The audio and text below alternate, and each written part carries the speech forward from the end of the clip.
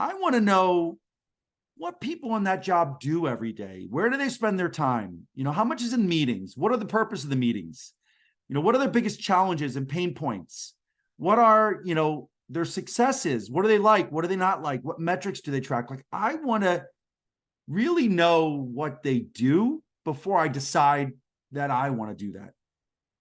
And so getting on LinkedIn and having all this information and then having access to all these veterans all across the platform gave me the ability to reach out and have these conversations with people.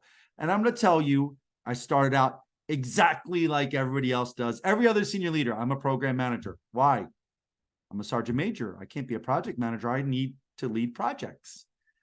And then I started talking to project and program managers, and I was like, oh, I don't like that. And then I said, well, I'm operations. Why? Well, I'm the G3 sergeant major. It's an operations director, and I'm operations.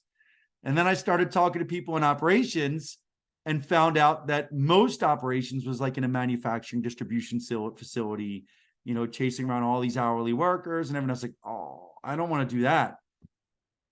And so I had to figure out what I wanted to do. And I mean, there's thousands of jobs. There's so many different routes you can take. And so what I did was I made a list of everything that interested me. And I started, here's the first one. And I reached out to 5 to 10 people in that field, not for a job, just to hear what they do and to get some advice. And inevitably I crossed it off. I don't want to do that.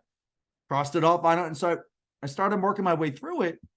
And then I narrowed it down to a few different roles. What I found is that every time I had 5 or 10 phone calls with somebody who did a job, not only did I know what they spent their time on every day, those phone calls gave me the vocabulary they use. They talked to me about what through their pain points or challenges. I found out what they were looking for, what they spent their time on.